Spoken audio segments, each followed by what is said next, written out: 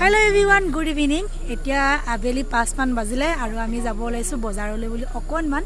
আপোনালোক সকলোকে পুনৰ এবাৰ স্বাগতম জনাইছো মই মিদুলাপুৰা ব্লগৰ অন্য এটি ভিডিঅ'লৈকে এতিয়া মই গাড়ীত বহিলো তাৰ পিছত বজাৰলৈ আজি সুমনৰ চুলি কাটিব লগা আছে আজি দেওবাৰ গতিকে আজি যদি চুলি ৰবা যদি আজি চুলি কটা নহয় তেতিয়া হলে আৰু সুমনৰ চুলি কাটিবলৈ সময় নাই সোমবাৰ জন্মবাৰটা আকৌ জন্মবাৰেও বোলে চুলি কাটিব নাপায় গতিকে আজি আমি আবেলি হলো ওলাইছো এতিয়া আবেলি চুলি কাটিব পায় না নাপায় নাজানো আৰু দেই কিন্তু আজি চুলি কাটিবই লাগিব সোমবাৰ পৰা আকৌ সময় নাই এসপ্তাহ ৰখিব লাগিব এসপ্তাহ হলে এটা চুলি চাক বান্ধিব পৰা হৈ যাব পুৰা সেইকাৰণে এতিয়া বোলো চুলিখিনি কটুৱাই আনোগৈ আবেলি আৰু আমাৰ সুমনে আকৌ এটা কি হয় জানানে এখন চেলুনতে কাটিব দিয়ে চুলি আৰু এখন চেলুনতে ৰাতিপুৱাতে ফোন কৰিলে দেউতাকে ক'লে যে 2টা বজালৈকে বোলে মানুহৰ ভিৰ হৈ মানে মানুহে একদম পুৰা লাইন পাতি থাকে সেইকাৰণে আমি এতিয়া আবেলি যাবলৈ ওলাইছো তাৰ পিছতে আপোনালোকক দেখাই থাকিম বাৰু ভিডিঅ'টো শেষলৈকে চাব বুলি আশা কৰিছো তেতিয়াহ'লে আমি এতিয়া গৈ থাকো সুমনৰ চুলি কটা হে বিশেষ চেলুনখন আহি পালোহি আৰু এফালে সুমনৰ চুলি কটা ষ্টাৰ্ট হৈ গ'ল আৰু হিয়াৰ গাত যে কাপোৰখন দি আছে এখন মই ঘৰৰ পৰা লৈ আনিছো সি চেলুনৰ পৰা যিখন কাপোৰ গাত মেৰিয়াই দিয়ে এখন মেৰিয়ালে সি বহুত বেছি ভয় খায় সেইকাৰণে মই ঘৰৰ পৰা কাপোৰ লৈ আনো তালে এয়া হৈছে প্ৰসাদ সকামৰ প্ৰসাদ আছিলে আৰু প্ৰসাদবোৰ কিমান খাব নোৱাৰো সেইদিনাখন বমাহঁতৰ ঘৰৰ পৰা অনা প্ৰসাদো আছে আৰু এইখিনি কালি আমি আৰু এখন সকাম আছিলে তাৰ প্ৰসাদখিনি ভাবিলো যে মই এটা কিবা এটা বনাই পেলাও খাই আমনি লগা হৈছে আজি সেইকাৰণে দুপৰীয়া ভাত সাজৰ কাৰণে মই এই প্ৰসাদৰ এটা ধুনীয়া ৰেচিপি আপোনালোকৰ লগতো শ্বেয়াৰ কৰিম লগতে আমিও খাম সেইকাৰণে ইয়াৰ প্ৰসাদ মই ৰেডি কৰি লৈছো ইয়াত মই অকমান পানী দি লৈছো তাৰ পিছতে মই ইয়াৰ পৰা বুটখিনি এক্সট্ৰা আৰু মগুখিনি এক্সট্ৰা কৰি দিম মই আজি আসলতে মগু এটা ৰেচিপিহে বনাম ইয়াত বুট অকমানো নিদিও মগুখিনিয়ে কি বনাও আজি আপোনালোককো দেখাম ভিডিঅ'টো শেষলৈকে চাবচোন খাবলৈ কিন্তু খুব টেষ্টি হয় যিসকলে ঘৰত সদায় প্ৰসাদ আহি থাকে ভকত থকা সকলৰ ঘৰতো প্ৰসাদ থাকে প্ৰায় আৰু খাই আমনি লগা হয় তেতিয়াহ'লে আপোনালোকেও এনেকৈ এই ৰেচিপিটো বনাই খাব পাৰিব সেইকাৰণে ভাবিলো যে আপোনালোকৰ লগত শ্বেয়াৰ কৰোঁ তেতিয়াহ'লে বলক ষ্টাৰ্ট কৰোঁ মগু কম সেইটো কাৰণে মই ইয়াতে জাতিলাও দুডখমান দিছো ডাঙৰ কৰি লৈছো পিচকিটা সৰহকে হলে মগু বেছি ভাল হয় তেতিয়া একদম ডাঠ হয় তাৰকাৰ নিচিনা হয় কিন্তু কম কাৰণে মই অকমান মিক্স কৰি ডাঠ হ'ব কাৰণে দুডখমান জাতিলাও দি দিছো ইয়াত এতিয়া পৰিমাণ অনুসৰি মই পানী দিছো ইয়াতে অকণমান নহৰু দিছো খুন্দি লৈছো ইনে তাৰ পিছতে শুকান জলকীয়া দুটা লগতে দি দিছো চিটি মাৰোতে এটা চিটি মাৰিলে হ'ব অকণমান নিমখ দি এতিয়া মই বহাই দিম গেছত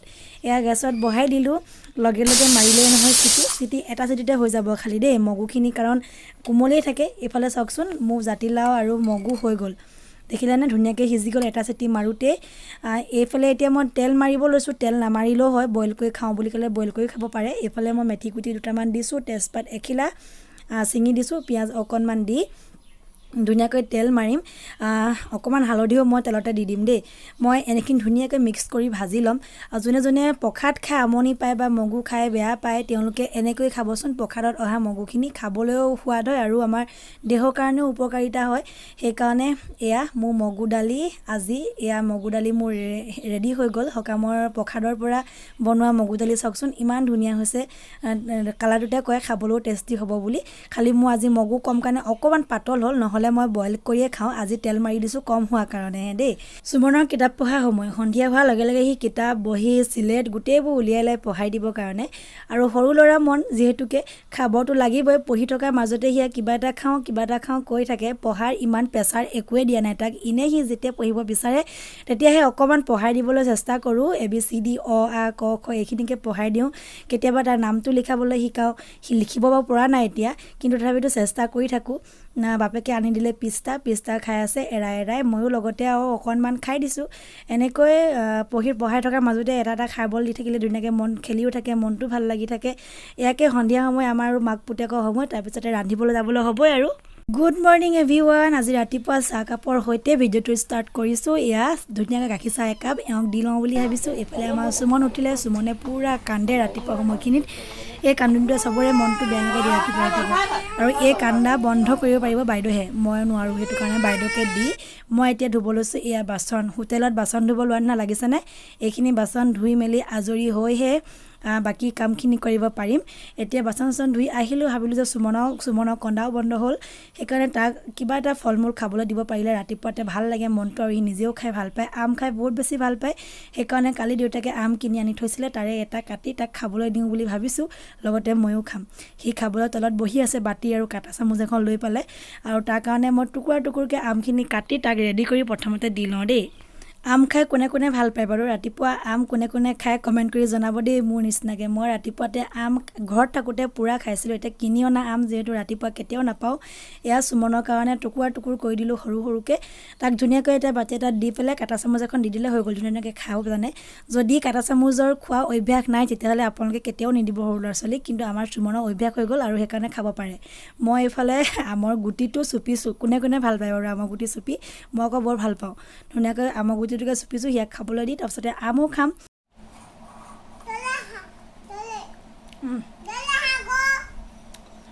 তললৈ যাম চাওকচোন ইমান ধুনীয়াকৈ কাটা চামুচখনত লগাই সি খাই আছে একদম ডাঙৰ মানুহৰ নিচিনা দেখিছেনে সিয়াক খোৱা অভ্যাস হৈ গ'ল কাটা চামুচেৰে যাৰ অভ্যাস নাই তেওঁ কেতিয়াও দিব নালাগে সৰু ল'ৰা ছোৱালীক কাটা চামুচ দিবলৈ মই প্ৰথমতে বহুত বেছি ভয় খাইছিলোঁ কাৰণ খুচিব বুলি কিন্তু তাৰ এতিয়া অভ্যাস হৈ গ'ল সি ধুনীয়াকৈ সৰু কাটা চামুচ এখন আছে তাৰ ভাগৰ আৰু সেইখনে ধুনীয়াকৈ খুচি সি আম খাই থাকে যিকোনো ফল মূল দিলে সি চামুচেৰে খাই হাতেৰে খাবলৈ বেয়া পায় কি অভ্যাস নাজানো আমি অভ্যাস কৰোৱা নাই কিন্তু সি নিজে চামুচখন বিচাৰে আৰু চামুচেৰে ধুনীয়াকৈ খাই থাকে এয়া ইয়াক আম খাবলৈ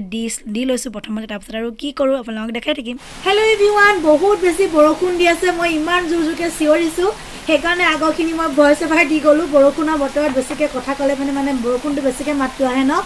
আৰু এতিয়া চাওকচোন হাতত লৈ আছে এটা মাটি কঁঠাল ঘৰৰ মাটি কঁঠাল হয় দেই ভালকৈ পকাই অলপ কেঁচা হৈয়ে আছে এনেকুৱাতে মই এটা কাটিব লৈছোঁ মানে বতৰৰ ফল বতৰতে পোৱা যায় আৰু যদি এইটো বতৰতে মনৰ ইচ্ছামতে খাই ভাল পোৱা মতে আমি নাখাওঁ তেতিয়াহ'লে আৰু পিছত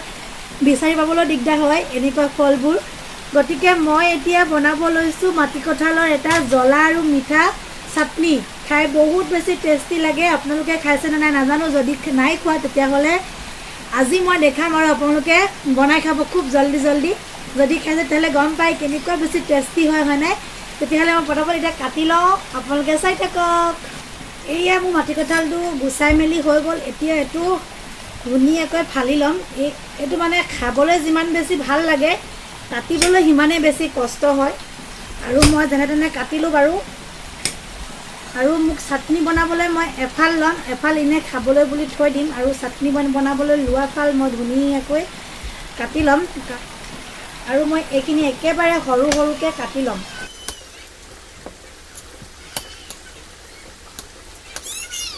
কি হ'ল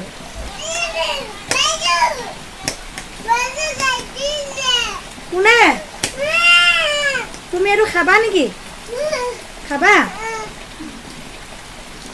বাইদেউজনীক মাৰিম বাইদেউ কেলে কৈছে আমাক বোলো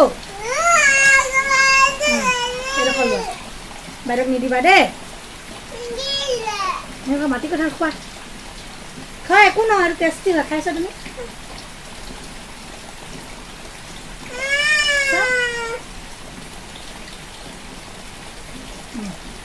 সেইটো নাখায় এইটো খোৱা এইটো পেলাই দিব লাগিব হৈ গ'ল এয়া মোৰ মাটি কঁঠালখিনি এনেকৈ কাটি ল'লোঁ চাওকচোন সৰু টুকুৰাকৈ কাটি লৈছোঁ যিহেতু এইখিনি সিজিব লাগিব ডাঙৰকৈ কাটিলে নিসিজিব সেইকাৰণে মই ইমানটো পিচ কৰি পেলাই লৈছোঁ তেতিয়াহ'লে এতিয়া বলক চাটনিখিনি বনাবলৈ কি লাগিব ইনগ্ৰিডিয়েণ্টছ সেইখিনি মাজলৈ যাওঁ আৰু আপোনালোকক এটাকৈ চব দেখাই যাম বনাব পৰাকৈ আপোনালোকে বনাবলৈ সহজ হোৱাকৈ চব দেখাই যাম বলক ষ্টাৰ্ট কৰোঁ তেতিয়াহ'লে বনাবলৈ মাটি কঁঠালৰ এই জ্বলা মিঠা চাটনিটো বনাবলৈ প্ৰথমতে এখন কেৰাহী মই গেছত পাতিছোঁ তাৰপিছতে অকণমান দিছোঁ মিঠাতেলখিনি গৰম হোৱাৰ লগে মই ইয়াতে দি দিছোঁ শুকান জলকীয়া 3টা লং ইলাচি 4টা দিছোঁ মানে দুটাকৈ দিছোঁ আৰু তাৰপিছতে পুৰণ হিচাপে মই ইয়াত দিছোঁ চব গুটি অকণমান আৰু কালজিৰা লগতে অকণমান মেথি গুটি দিছোঁ এইখিনি ধুনীয়াকৈ ভাজি লৈছোঁ এইখিনি দেখুৱাওঁতে কেমেৰাটো কেনেবাকৈ অফ হৈ থাকিলে এইখিনি ভাজি লোৱাৰ পিছতে ইয়াতে দি দিছোঁ মই মাটি কঁঠালৰ যিখিনি ৰস ওলায় সেই ৰসখিনিও মই চাটনিত ব্যৱহাৰ কৰিছোঁ আপোনালোকে যদি মন কৰিছে তেতিয়াহ'লে গম পাইছে ইয়াতে মই 2টা ভোট জলকীয়া ফালি দিছোঁ মাজেৰে তাৰপিছতে ইয়াতে মই আকৌ দি দিম হালধি মই তেলতে দিওঁ কিন্তু আজি থাকি গ'ল দিবলৈ এনেকৈ দি দিছোঁ হালধি অকণমান নিমখ দিছোঁ নিজৰ সোৱাদ অনুসৰি কাৰণ জ্বলা মিঠা হ'ব, গতিকে নিমখ ইমান বেছি প্ৰয়োজনো নাই। তাৰপিছত ধুনীয়াকৈ এইখিনি মই সিজিবলৈ দিম। যিখিনি মাটিকঁঠালৰ পৰা ৰস ওলাইছিলে সেইখিনিতে মই ধুনীয়াকৈ সিজিবলৈ ঢাকনখন লগাই দিম। তাৰপিছতে ইয়াতে দিছোঁ অকণমান ধনিয়া পাউডাৰ, তাৰপিছতে জালুকৰ গুড়ি দিব লাগিব। জালুকৰ গুড়ি সৰহকৈ দিলেও একো আপত্তি নাই, কাৰণ জ্বলা আৰু মিঠাই হ'ব, সেইকাৰণে জালুকৰ গুড়িখিনি দি ধুনীয়াকৈ মিক্স কৰি মাটিকঁঠালৰ পানীখিনি যিখিনি ৰস আছে ৰসখিনি শুকাই যোৱালৈকে এইখিনি মই ভাজিয়ে থাকিম। মাটিকঁঠাল প্ৰায় সিজিয়ে গৈছে, মাটিকঁঠালখিনি সৰু সৰুকৈ কাটিছোঁ, বহুত সময়ো নালাগে সিজিবলৈ, সেইকাৰণে সিজি গৈছে। এনেকুৱাতে মই ঢাকনখন এৰাই ইয়াতে দি দিম চেনি মই জুখি নাই দিয়া, মোৰ নিজৰ এটা অনুমানত দিছোঁ। আপোনালোকে কিমানটো মিঠা খায়, মাটিকঁঠালটো দিনৰ মিঠাই হয়, তাৰ অনুপাতে আপোনালোকে দিলেই হ'ল। আৰু চেনিখিনি দি চেনিখিনি ধুনীয়াকৈ গলিবলৈ দিম। চেনিখিনি গলি যোৱাৰ পিছত চেনিৰ পৰা যিখিনি পানী ওলাব সেইখিনি পানীতে আৰু অকণমান দেৰি ৰাখি থ'ম। এয়া চাওকচোন ধুনীয়াকৈ সিজি গ'ল মাটিকঁঠাল। আৰু মই এতিয়া ধুনীয়াকৈ মিক্স কৰি অকণমান হেতাৰে ভাঙি দিবলৈ চেষ্টা কৰিছোঁ।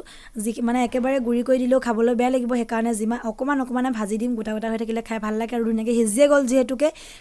খাবলৈ বহুত বেছি টেষ্টি হয়। যদি আপুনি মাটিকঁঠাল কেঁচাকৈ খাব নোৱাৰে, এলাৰ্জি হয়, তেতিয়াহ'লে এনেকৈ বনাই খাবচোন, বহুত বেছি টেষ্টি হয়, মই কৈছোঁ নহয়।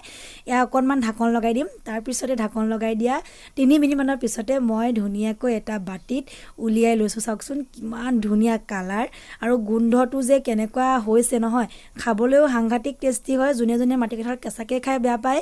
তেওঁলোকে এনেকৈ বনাই খাব। মই আপোনালোকক কি ক'ম, ইমানেই বেছি সোৱাদ হয়,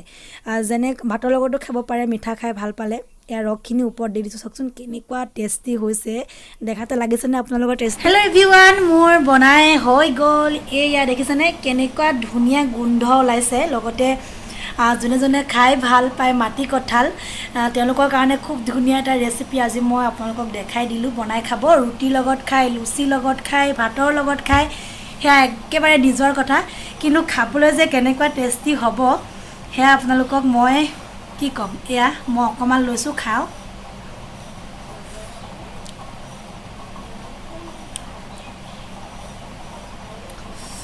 জ্বলা সাংঘাতিক হৈছে, জালুক লগতে 2টা ভোট জলকীয়া, কিমান জ্বলা হৈছে আপোনালোকে নিশ্চয় গম পাইছে। খাবলৈ কিন্তু সঁচাকৈ কৈছোঁ নহয় আল্টিমেট। এই ডাৱৰীয়া বতৰ ধুনীয়াকৈ লুচি বনাই লওক আৰু মাটিকঁঠালৰ এই চাটনিটো বনাই লওক। একো দৰকাৰ নাই, চব্জি দৰকাৰ নাই, মানে চাহৰ প্ৰয়োজন নাই। মুঠতে মাটিকঁঠালৰ এই চাটনিটোৰ লগত আপোনালোকে লুচি এবাৰ মাত্ৰ টেষ্ট লওক, সোৱাদ লওক। তাৰপিছত আপোনালোকে মোক কমেণ্ট কৰি জনাব।